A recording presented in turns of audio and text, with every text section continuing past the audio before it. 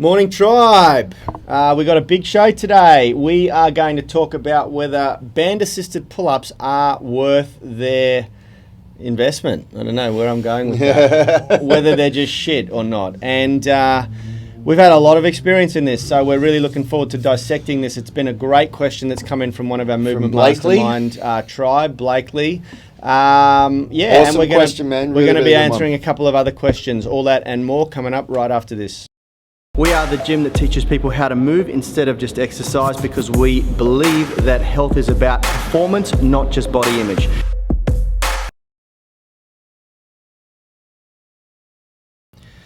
Before we dive into the question of the day, I want to make a massive shout out to Tom Wood. He has left us the most awesome, probably one of our best ever Google reviews about the new Foundation Movement System online program. We've got a solid group now going through this program for the very first time, and without even asking for it, we're getting some really cracking reviews, which is so good because there has been a lot of work gone into this. Tom, you're a legend. From here on in, you're like the top. It doesn't get any better than this. I don't know what to say, but just thank you, man. No, that was unreal, man. It was a really good review, and we really appreciate it. It means so much to hear from people like you who've been training yourself for 15 years and come to our program and feel like it's one of the best programs you've ever seen, or in your words, the best program you've ever seen. So yeah, that's unreal. Your check is in the mail, bro. Yeah. All right, well, let's get into the question, hey? So today, Blakely Harnage, one of our rising stars in the Movement Mastermind with the FMS online program, has asked, having a lot of trouble keeping the scapula retracted at the very bottom portion of the chin up. Scapula retracted, okay. Likely from an old climbing injury, considering using resistant bands on the pull-up to isolate and exhaust that specific range of motion. How do you feel about this?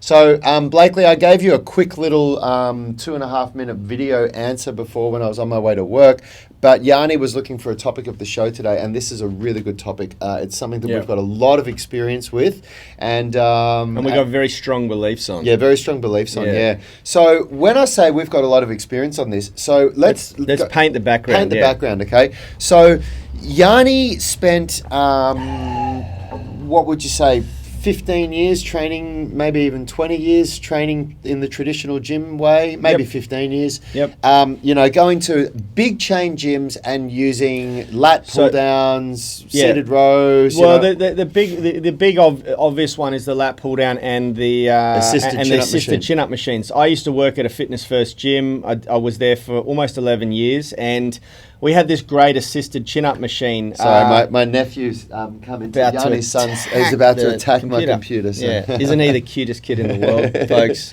Comment in the comments and tell me if you agree. Anyway, now we used to use the assisted chin-up machine in our programming a lot, because the reality was that it was a very small percentage of the clientele that we were working with at a gym like Fitness First. It's predominantly a weight loss gym. Could ever do pull-ups or chin-ups, and we relied heavily on that machine. And over the years, I didn't get a lot of people using pull-up machines. It just wasn't really working very well. You're dancing, mate. And so I looked into using resistance bands, because I thought, well, problem with the chin-up machine is that it creates this solid platform, and your body can then work around its deficiencies. The best way to describe it, if you've got a sticking point in the pull-up, because you're standing on a firm platform with the pull-up machine, you can then adjust your body to work around the deficiency, the weakness, the weak point, and which is exactly what you don't want to do. And we'll go into that a little bit more in a sec. So what I thought was, okay, my theory was, if I put someone on a resistance band, it's no longer a solid platform. Their body has to work with the band, is restricted to what the band can produce in force and velocity, and I thought, okay, logically that will create a better pathway, a better strength curve. The problem is, and Rad put it really well this morning when we were talking about this, the band, when they're used in their full stretch shortening cycle, really badly interferes with the natural strength curve of a pull-up. And your nervous system, which, remember, when we're training strength, and we tipped on this the other day, there are 6 key components to developing strength. And one of them is the most obvious one, which is to enlarge the muscle cells to make them stronger.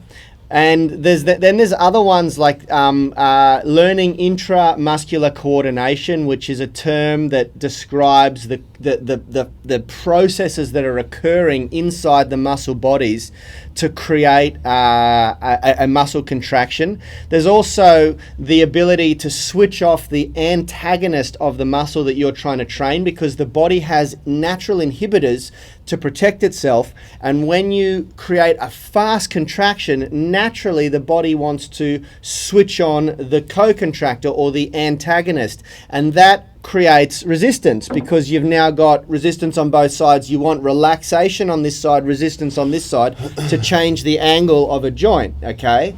The most basic of that is the bicep versus the tricep. If I want the elbow to bend, which I do in a pull-up, if the tricep is fighting the bicep because of a brain's inhibitor, then our body is not going to bend there because it's trying to straighten at the same time. So we've just described 3 of the 6 components of strength.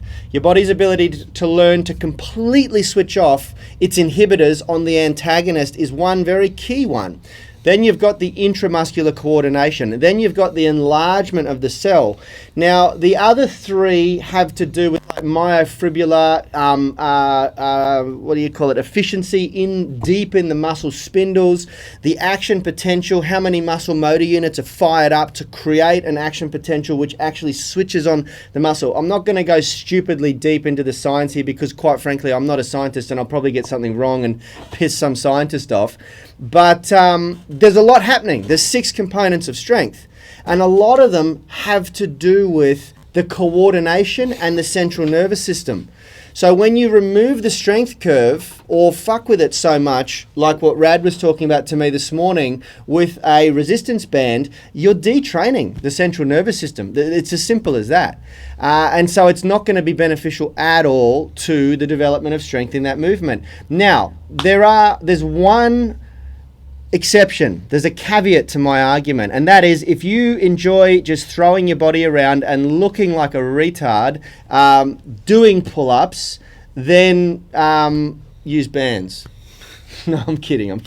I don't see a reason for them. What do you think? Well, my answer is going to be way simpler than that. Yanni likes to go deep into all these explanations like that. I just keep it simple.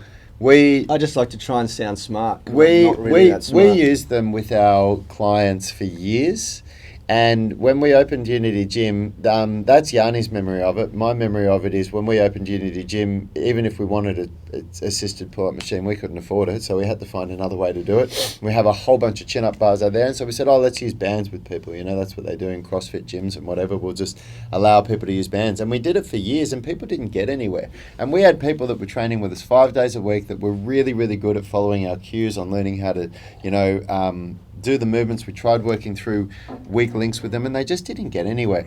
And so we decided that we were going to focus more on using eccentrics, because that's what a lot of great strength coaches talk about, and working on weak links. So using straight arm scapular strength to learn how to control the scapula better, and we started producing exceptional results. And it's hard. It takes time. It's an ego bash, because when I've rarely seen people that you can't give them the right thickness of a band and they can all of a sudden do a pull-up. So someone that cannot even bend their elbows 10 degrees, you give them the right band and they can pull their whole body up, if you give them a thick enough band. Yeah. So, but when you do pull-ups the right way, and the way that we teach it now in our FMS online program, you go through this series of progressions, where you start with jumping pull-ups and work through eccentrics, and you do all these scapular control drills and strengthening exercises to learn how to depress your scapula and depress and retract. And it develops a real pull-up. It develops real strength. And it takes time, it takes patience, and it takes a very well created program. I will just quickly, quick disclaimer. I'm not having a go at people with retardism or people that use bands. I probably shouldn't have said that. I'll get in trouble for that. We used to use them, and we did. If you use them guys for a aren't long Australian, I'm sorry to say, because we often offend Americans and people around the world. In Australia, we are pretty sort of. It's kind of, we're foul mouthed, I guess. And the things that we say shouldn't always be taken literally. We have a very weird sense of humour in Australia. And we realise that we do have a big audience in the US. We've never been in a position now where we're talking to people from all around the world. So we have to learn how to muffle some of the things. The way that we speak is just really normal in Australia, but I get that it's not really how people speak from other parts of the world. So I apologise for that. To steer this back on course, we did use bands for quite some time, and they did produce substandard, mediocre results. Well, they produced ridiculous. No one could do pull-ups after using bands. They produce rubbish results. Yeah. If they don't produce results, it's not that they produce substandard results. They don't produce results. Yeah. They make you. They train the ego because they make you feel like you're getting your chin over the bar or getting your chest to the bar. But to really steer it back to Blakely, Blakely's question. They ruin the strength curve. They disrupt the strength curve to such a degree that you will not get better at your pull-ups. And what Rad's saying is, okay, so there are 3 really, really great methods to get better at pull-ups. And they are learning to use the 3 primary muscle contractions: concentric, eccentric, isometric. The reality is that if you've got a sticking point, and I'm talking to everyone here, not just Blakely, if you've got a sticking point in your pull-up, wherever that may be, whether it's being able to depress the scapula at the bottom of the range to initiate the movement, or whether it's to be able to depress the scapula at the top of the range and get your chest to the bar, you should be spending more time in that area. And the best way to do that is either through eccentric or isometric contraction. We've delivered amazing results with people, male and female, by doing so, by identifying the sticking points and the key components of a pull-up, breaking it apart.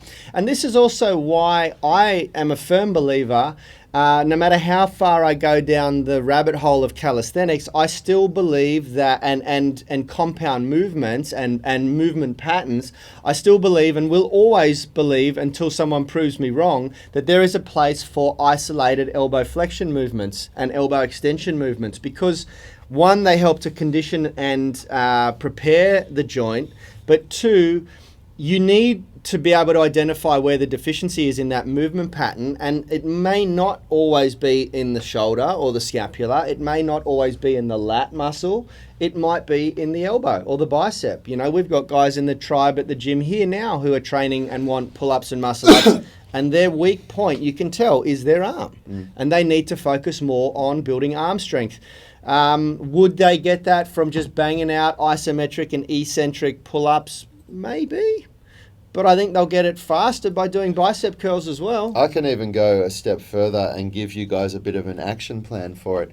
Generally speaking, when you do a pull-up, whether it's a supinator grip or a pronator grip pull-up, if you can't pull your shoulders down and start the movement, then what you need to work on is scapular, what